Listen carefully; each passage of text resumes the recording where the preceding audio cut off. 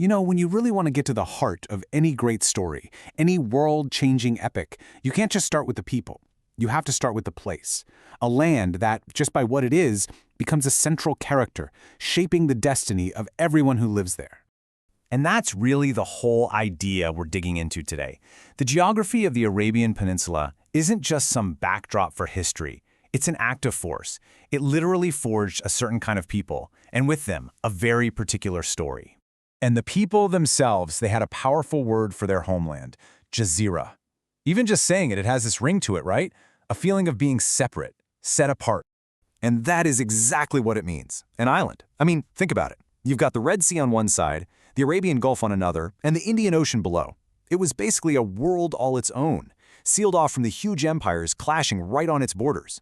This geography, it created what you can only really call a natural fortress. For centuries, you had the Romans and the Persians going at it, but the heart of Arabia, it stayed politically sovereign, totally protected by these massive, harsh deserts. This allowed a fiercely independent culture to grow, completely on its own terms. That's a great question, actually, because a fortress protects you from the outside, sure, but it doesn't tell you anything about the world within. And it's so easy to just picture this monolithic sea of sand. But the reality? Oh, it was way more complex than that. Oh, not at all. In fact, the classical geographers, they understood their island as a land of really stark contrasts. They actually divided it up into 5 totally distinct regions, and each one had its own personality. So you've got the Tihama, this super hot coastal strip.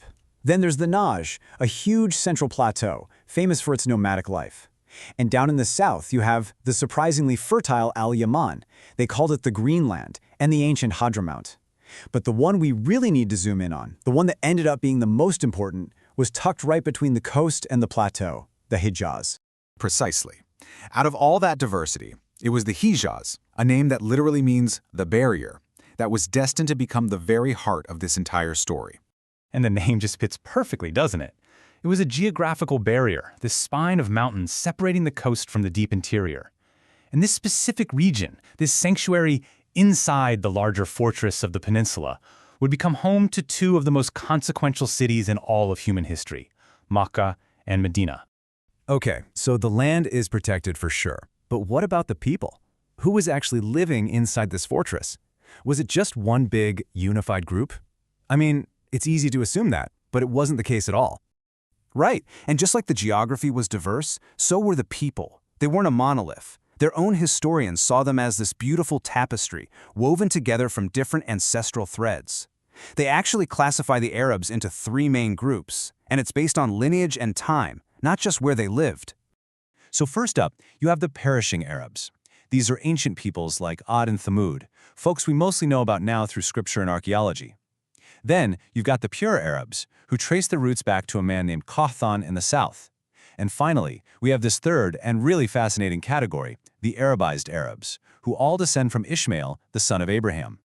Okay, hang on. That's the part that gets really interesting. If Ishmael wasn't originally from Arabia, how on earth did his descendants become Arabized? What does that even mean? The term itself points to this incredible story of how an outside prophetic lineage got planted right in the heart of the Hijaz and became something new. Well, the story really kicks off when Ishmael, Abraham's son, settles in the barren valley of Makkah, which is located smack dab in the middle of that protected Hijaz region. And here's the thing. He doesn't show up as a conqueror. He arrives as a settler, someone who weaves himself into the fabric of the land. Now, what's so cool here is how you can map out this origin story. Step 1, Ishmael settles in this politically insulated space. Step 2, he marries into the local Jurham tribe, literally weaving his family into the native bloodline. Step 3, and this is crucial, his descendants adopt the Arabic language. And finally, over generations, his line becomes the Adnani tribes, the very lineage from which the Prophet Muhammad himself would emerge. Wow. So that's it then. It's this perfect convergence. The fortress of the Hijaz provided this undisturbed sanctuary, this bubble that was absolutely necessary for this new Arabized lineage to grow and thrive. It could blend its prophetic heritage with Arabian culture, completely free from the meddling of Rome or Persia. And that's exactly how all the pieces fall into place. You've got a land that's defined by its political independence. Inside of it, you have a specific region, the Hijaz, acting as a sanctuary. And within that sanctuary, a prophetic lineage takes root and becomes part of the people. The stage was being quietly, perfectly set. Exactly. So when you get all these unique things, a sovereign land, a distinct culture, and a sacred ancestry, all coming together in one time and place, the real question isn't just about what has happened, it's about what world-shaking transformation is about to rise from this very cradle of history.